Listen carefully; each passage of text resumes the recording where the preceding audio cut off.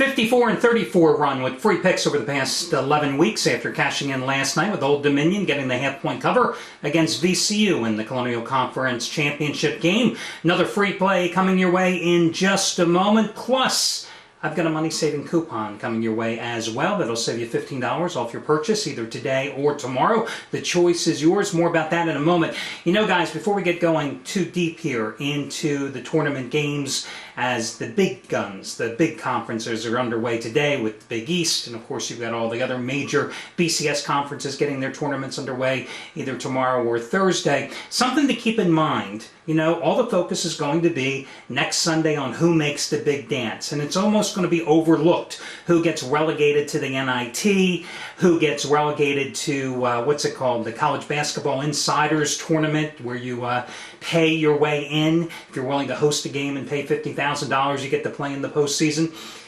There are often so many tremendous values in the smaller tournaments because, let's face it, everybody's focusing their attention on the big dance. That's where the lines are always the sharpest, but you'll find tremendous value often in the NIT or any of the other surrogate tournaments in the postseason.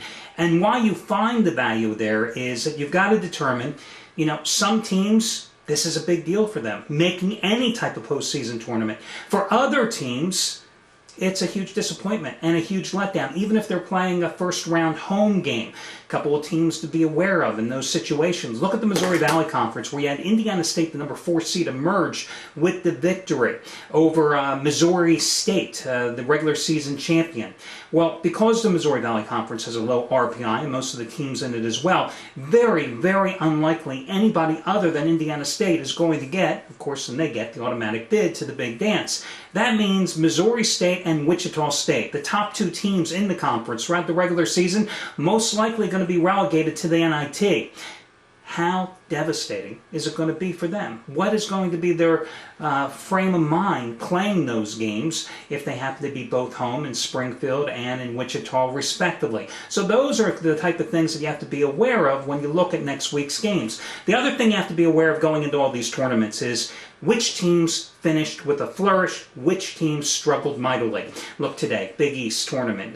No greater example than the Villanova Wildcats, a team that was 16-1 to start the season, just collapsed like a cheap paper tent down the stretch. Inconsistent scoring, lack of rebounding, you name the problem, the Wildcats had it. How about Marquette coming off the back-to-back losses to end the season? Then on the other hand, you've got you've got a Seton Hall team that finished with a flourish with back-to-back upsets of St. John's and Marquette. I mean, you know, to be honest with you, and I'm putting this report up early enough today, you can see how the public has jumped on the Pirates here in this game against Rutgers at 2:25 Eastern Time, making them anywhere from a 4 to 4.5 point favorite. Do I think they'll win? Yes. Are they capable of covering that spread against an in-state rival like Rutgers, whom they split the season series against? I'm not too sure. I lean a little toward the Pirates, but again, you've got to look for the teams that come into the tournament on rolls. Go out to the Big Ten. Michigan State, just because of their name, you know the public is going to be on them, but you know as well as I do the Spartans suck down the stretch. How about Michigan, on the other hand? The Wolverines finishing off the regular season on Saturday with a win against Michigan State, a team that's definitely on the uptick. So those are the things that you have to be aware of going into the postseason tournaments, and of course next week's big dance action as well. First of all, your money-saving discount coupon. You can save $15 off of any purchase you make, any one single purchase you make today, or you can use this coupon tomorrow simply by entering, when prompted in your shopping cart, this coupon code, March 15. March 15, no space between the word March or the number 15. March 15, that'll save you $15 off any single purchase that you make either today or tomorrow. It's a one-time usage coupon. When you use it is up to you. March 15, I usually try to give you some type of free deals or money-saving coupons at least once or twice a week, and they're only available right here on the Daily Video Reports. Now, again, as I said, 54-34 run with the free picks. I'm going to go with Philadelphia tonight in revenge, getting a 1.5 at Indiana.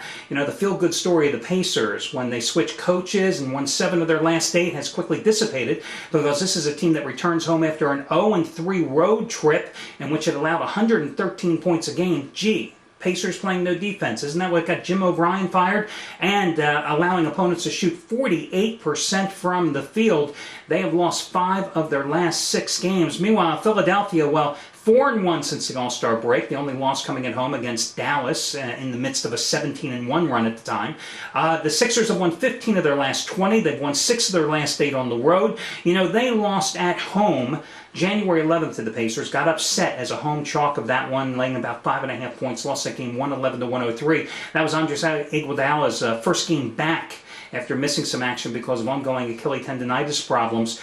He struggled in that contest, only 1 point, but you see what Iguodala has done lately here. A couple of triple-doubles in his last 2 games. He's really facilitating the Philadelphia offense. Sixers bench getting tremendous scoring, past 19 games, averaging a little over 41 points a game between Thaddeus Young and Lou Williams. These guys can definitely put the points on the board. Evan Turner, the number 2 pick, a monster game in the overtime win against Golden State a couple of nights ago with 20 points. Most of them in the fourth quarter and the overtime session to lead the Sixers to victory. And again, he came off the bench as well. Overall, since losing that January 11th game to the Pacers, the Sixers have won 17 of their last 24. They're on 15-7 runs against the spread overall in their last 22 games and in their last 22 on the road as well. So I will go with Philadelphia plus the 1.5 point here to win this game outright as your free pick. Once again, your discount coupon code to save you $15, March 15. And again, you don't have to use it on me.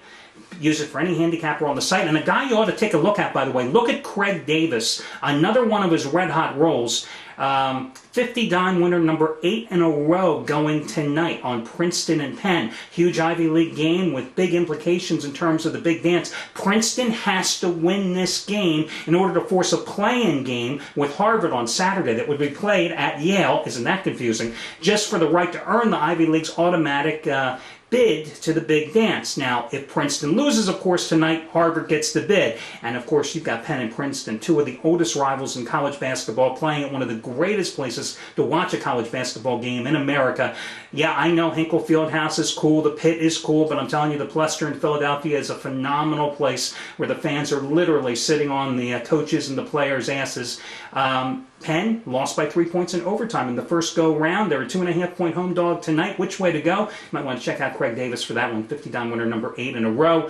I think he's won 8 out of 10 plays over the past 9 days, netting 314 dimes net profit in that stretch. Good luck, everybody, and I'll catch you again on, what's tomorrow? Wednesday. See you then.